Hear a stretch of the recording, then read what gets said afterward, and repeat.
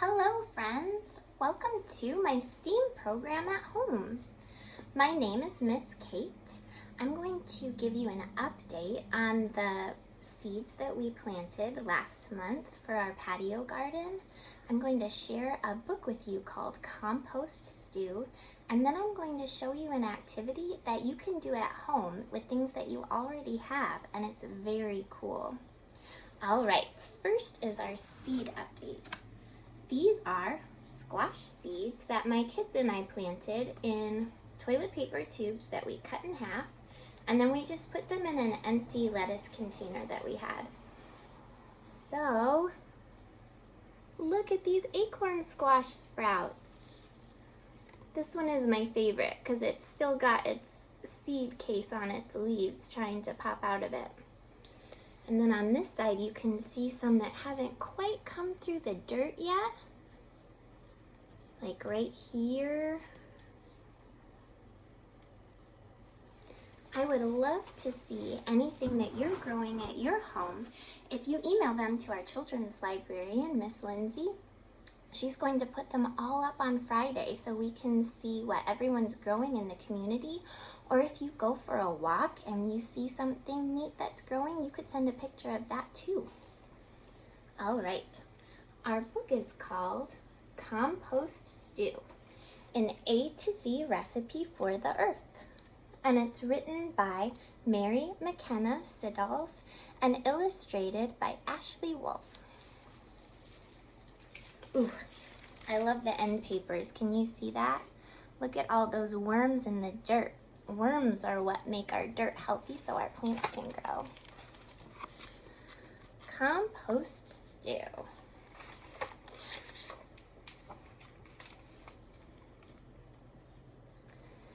Environmental chefs, here's a recipe for you to fix from scratch to mix a batch of compost stew.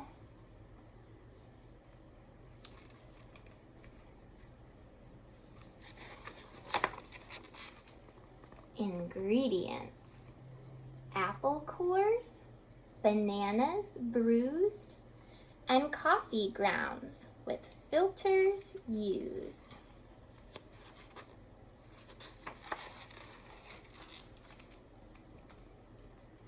Dirt clods crumbled, eggshells crushed, fruit pulp left behind, all mushed.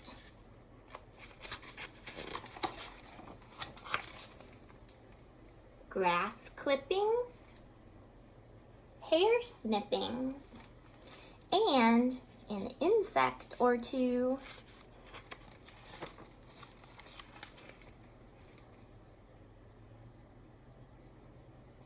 Just add to the pot and let it all rot into compost stew. Save jack-o'-lanterns, kitchen scraps, laundry lint from dryer traps.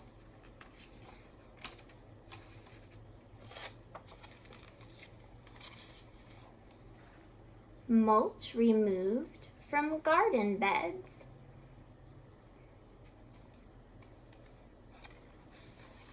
Oatmeal and paper shreds.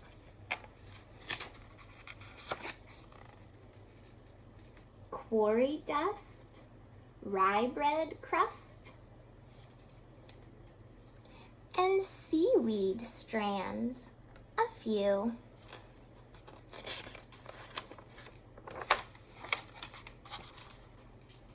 Just add to the pot and let it all rot into compost stew.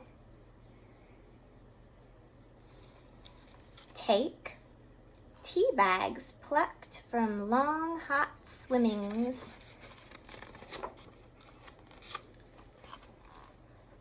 Underbrush pruning and vegetable trimmings.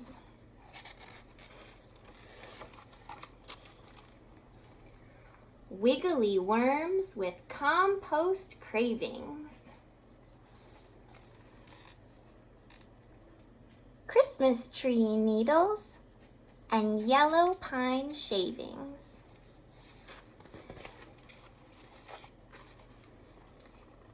And zinnia heads from flower beds, whose blooming days are through.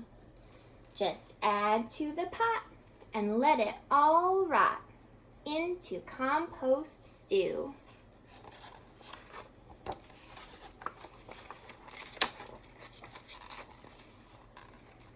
Moisten, toss lightly, cover, and let brew. And when the cooking is complete, Mother Earth will have a treat, dark and crumbly, rich and sweet. Now open the pot, and what have you got? Compost stew. Great listening, everyone.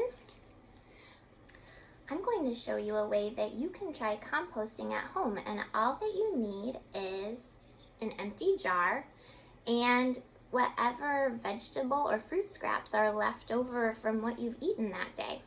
So this is just a spaghetti sauce jar that's left over from when we had spaghetti for dinner. And then these are the peelings from a cucumber and a carrot that we had for lunch today. So I just washed out the jar, took the label off so that I could see through it. And then when I peeled the cucumber and peeled the carrot, I saved all the scraps and I just put it right in here.